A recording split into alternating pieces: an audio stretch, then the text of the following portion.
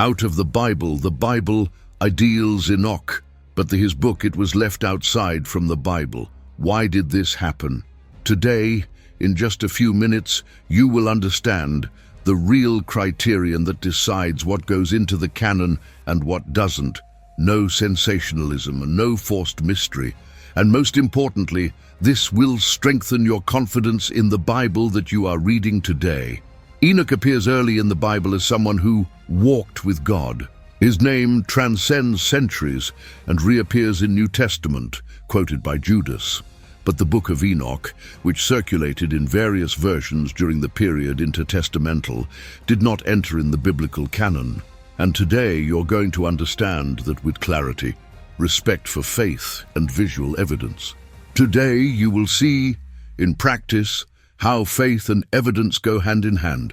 Many people imagine that the Bible was decided in a closed room, with religious leaders voting on which books would go in and which would be discarded. This image appears in films, debates, and even popular books, but it doesn't correspond to what actually happened. This generates confusion, insecurity, and the feeling that faith is the result of arbitrary human decisions. In fact, the biblical canon was not chosen.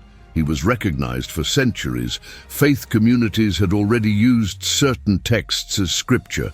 They were read in worship services, taught, preserved, and memorized. The role of later councils was not to decide, but to confirm what God's people already considered to be the Word a long time ago. Imagine your neighborhood library. Some books stay there for years because everyone considers them valuable, reliable, and essential. Others are remembered for a while, but end up going back home because they don't withstand daily use. The community recognizes what remains. It's not a secret vote. It's everyday life. It's usage. It's a result. So, if it wasn't a secret meeting with votes and exclusions, how a book was recognized as scripture? What were the signs that showed a text came from the voice of God and not just from good human intentions? That's what we're going to see now. Have you heard this version before? Tell me in the comments. If the canon wasn't decided by a vote, then the natural question arises: were there real criteria in place, or was everything done subjectively? Did each community choose what it wanted?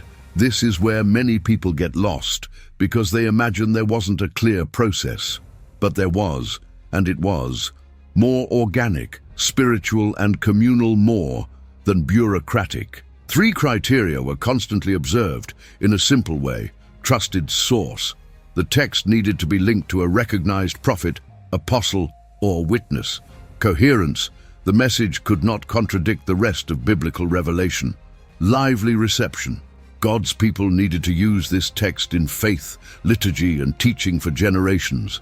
Without that, it could be read, but it wasn't treated as such. Writing. Think of it as a 3-color traffic light. If even one of these signals fails to light up, the street it doesn't open. You can admire a book, learn from it, feel spiritual value, but to be word, he needs to go through 3 signals at the same time. Without a recognized origin, coherence, or living use, the signal remains closed. And this is precisely where the case of Enoch comes in. Even though he was cited, even though he was respected, not all versions attributed to Enoch met these 3 criteria simultaneously. So the question remains, if Enoch was mentioned, why that wasn't enough to include it in the canon? To quote is to honor. To canonize is to recognize someone as the voice of God. These are different stages. When people discover that the Book of Enoch is quoted in the Bible, many assume that Jude 1:14 in particular should have been automatically included in the canon. After all, if someone inspired quoted it, then everything that comes from that source is also inspired, right? Not exactly. Here is one of the most common and most important misunderstandings to clear up. In the ancient world, citing a well-known work did not mean canonizing it. Jews and Christians quoted proverbs, poems, oral parables, and even popular texts, like quoting a poet, a grandmother's proverb, or a teacher saying, quoted truth, it is recognized. but that it does not transform the entire source book in inspired scripture. To cite is to acknowledge value. To canonize is to recognize divine authority. Think of it this way. A newspaper might quote a famous poem to illustrate a truth about life. The fact that the phrase appears in the newspaper, it doesn't turn the poet's book into city law. What was quoted is true and useful, yes, but that does not confer legal authority on the work as a whole that the newspaper possesses in its context, value, authority, quotation, canonicity. If quoting is not the same as canonizing, then another essential question arises. How do we know that the biblical texts we have today have been preserved faithfully to the original? And this is where one of the most impressive discoveries in the history of faith comes in. A Qumran mini-adventure, a discovery that changed everything. That's what we're going to see now. Imagine a silent desert, the wind carrying fine sand between ancient stones. Bedouin boy, while tending to goats on the slopes near the Dead Sea, he sees an animal wander off and enter one of the caves. To attract its attention, he picks up a small stone and throws it inside. The sound echoes back. It's not the sound of stone on rock, but the sound of something breaking. This simple and ordinary moment would become one of the most important chapters in the history of the Bible. Inside the cave were sealed clay pots, looking ancient manuscripts, entire scrolls of biblical texts and commentaries preserved for centuries. Some of them older than Jesusto have walked on earth. That's how the discoveries began of Qumran, also known as the Dead Sea Scrolls. Nothing planned, nothing theatrical, an everyday accident that illuminated the history of faith. It was as if someone had found, in the attic of the family home, a box of old photographs, showing that the story you always heard from your grandmother was true. It's not that something new has been invented, it's something. The old story was confirmed. Qumran did not create a new text. He confirmed the care taken with preservation from the text that already existed. This discovery led to one of the most impressive comparisons in the history of faith. The Isaiah scroll found in Qumran compared with medieval manuscripts copied more than 1,000 years later. The question was simple. Could it be that, after so many centuries of copying, the text had become corrupted? The answer surprised the world. If the text remains, the voice remains. After the discovery in Qumran, scholars made a crucial comparison. They caught the Isaiah scroll found in the desert, dated around 200 years before Christ, and they placed it side by side with a copied manuscript of Isaiah more than 1,000 years later, in the Middle Ages. Many people were expecting to find profound differences, changes in doctrine or entire phrases altered over the centuries. But the result was shocking in the best possible way. The differences found were almost all spelling, referring to small variations equivalent to changes in accents, abbreviations, or regional spellings, things that they do not change the meaning, i.e., the active ingredient of the text remained the same. The message, the structure, and the content were virtually identical. It's like looking at medicine label which changes the font, the size of the letters, or the position of the text, but the formula remains the same. What heals? Nothing changed. The truth of the scriptures spanned centuries, with an accuracy that impresses even those who do not share the faith. This didn't happen by chance. There was careful reverence and spiritual responsibility. Now that we understand that the text has been faithfully preserved, an important question arises to deepen our understanding. How was the Bible organized, and why does it have the order we see today? When we understand the structure, the reading ceases to be confusing and becomes clear. That's what we'll see next. The truth cannot be hidden. She preserves herself. When someone opens the Bible for the first time, the order of the books may seem complicated or even random. But this sequence follows a deep logic of theme and purpose, built over centuries of communal use of faith. Nothing is there by chance.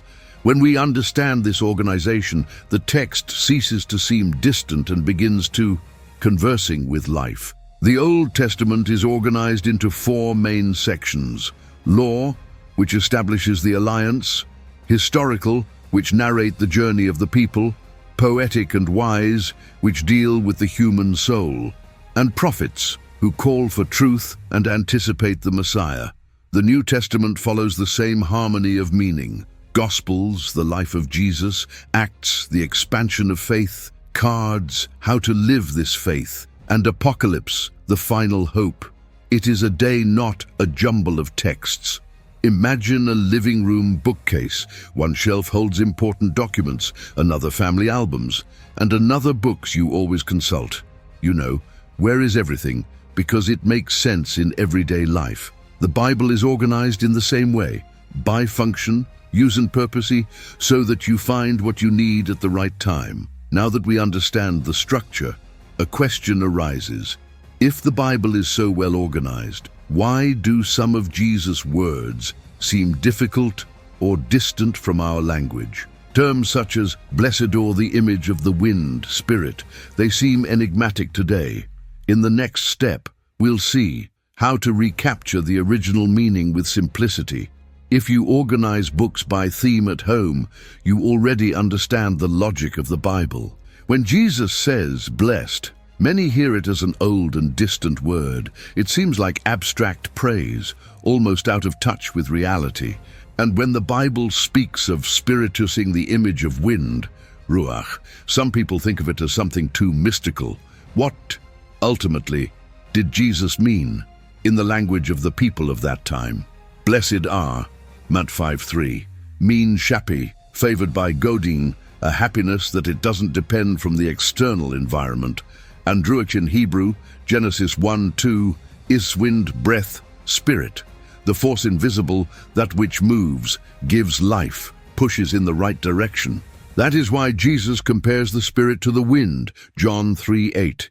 You doesn't see where it comes from, but feel the effect. Think about wheat in an open field. When the wind blows, the curved spike, it doesn't break. She answers at a breath. That's what a humble spirit is like, flexible to God's touch without proud rigidity. At home, in traffic, at work, this becomes posture. Listen before reacting. Give way to the rightful place. Change course when necessary. Holy wind, it points to a better path. If this is how words work internally, the question arises, how does this understanding change our daily reading and our trust in the biblical text? This is where another common misconception comes in, the idea that a translation X concludes the matter. In the next topic, we will see why does comparing manuscripts increase clarity. No doubt, it's common to hear someone say, the translation X, it is the correct one. All the others are wrong. This thought stems from a sincere desire to protect the word, but ends up creating an idea that does not correspond to the reality of how the texts were preserved. If a definitive translation existed, the scholars would have stopped. They have been studying manuscripts for centuries, but they haven't stopped. The process responsible for keeping the Bible faithful to the original is called textual criticism. It's not about criticizing the Bible, but compare manuscripts to see more clearly. How much more ancient manuscripts we have, more certainty. We have this from the text. That's why the discovery of Qumran was so important. It confirmed the stability of the text throughout the centuries, reinforcing that God guard his word, Isaiah 48.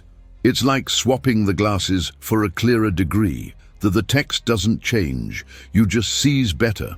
One translation might have a clearer word, another might sound closer to everyday language, but the central message remains Christ, the covenant, redemption, the kingdom. When the light improves, you don't feel insecure, you feel more confident. So we come to the final point. How can we bring all of this together in practical life? Faith, history, manuscripts, spiritual meaning, without burden, without fear, and with peace. That's what the next topic answers. An informed faith, one that knows in whom to trust. Truth fears no bright light. The more light there is, the more it appears. After learning all of this, canon, manuscripts, citations, preservation, the most important question of all arises: what does this change in my life? Because knowledge without peace becomes a burden.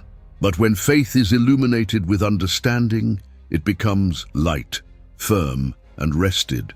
Faith need not fear questions, ancient documents, comparisons, or studies. On the contrary, all of that confirms something that God had already said: heaven and earth will pass away, but my words will never pass away. Matthew 24:35. To quote Enoch Meyerich, the reflection, but canonization requires origin, coherence, and historical reception.